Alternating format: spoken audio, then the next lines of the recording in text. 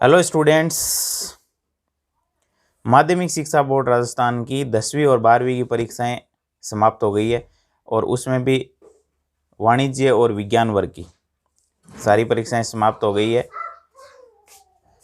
कला संकाय की एक आधी परीक्षा शेष रही है, बाकी सब फिनिश हो चुकी है। तो मैं विशेष रूप से बात करना चाहूँगा कि आपका जो रिजल्ट है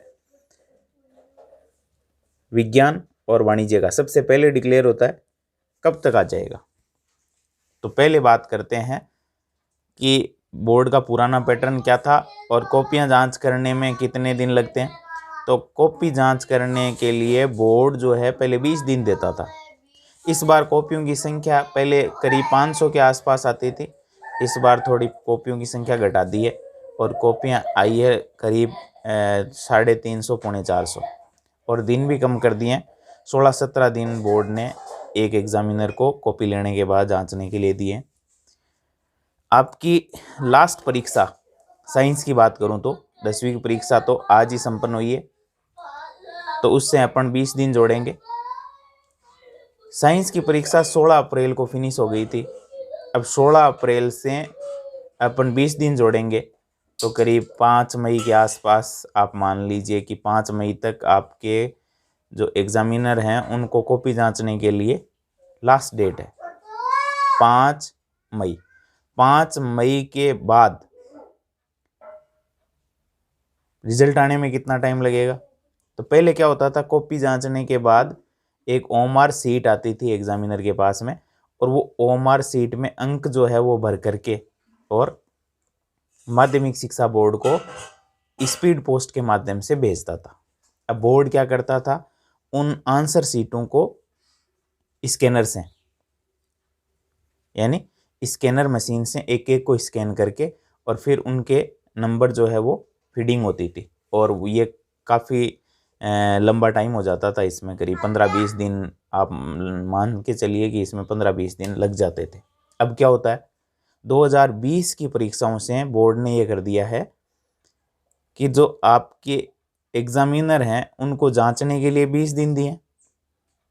जैसे ही कॉपियां आपकी तैयार होती है जज करके, तो फिर जंचते ही एग्जामिनर के लिए एक पोर्टल खोल दिया है, यानी ऑनलाइन पोर्टल।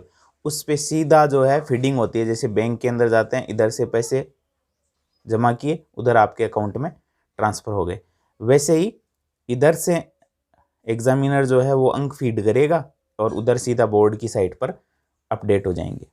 तो उस पोर्टल के अंदर वो नंबर जो है जैसे जैसे एग्जामिनर चढ़ाते जाएंगे वैसे वैसे सेव होते चले जाएंगे और जैसे जैसे सेव होंगे वैसे वैसे आपकी मार्कशीट भी तैयार होती चली जाएगी। तो 20 दिन यानी 5 मई के आसपास सारी कॉपियां जच चुकी होंगी, क्योंकि लास्ट में जीव विज्ञान की कॉपी आई है तो उसको 20 दिन चाहिए, उससे पहले सारी आ चुकी है तो वो जांच हो गई होंगी।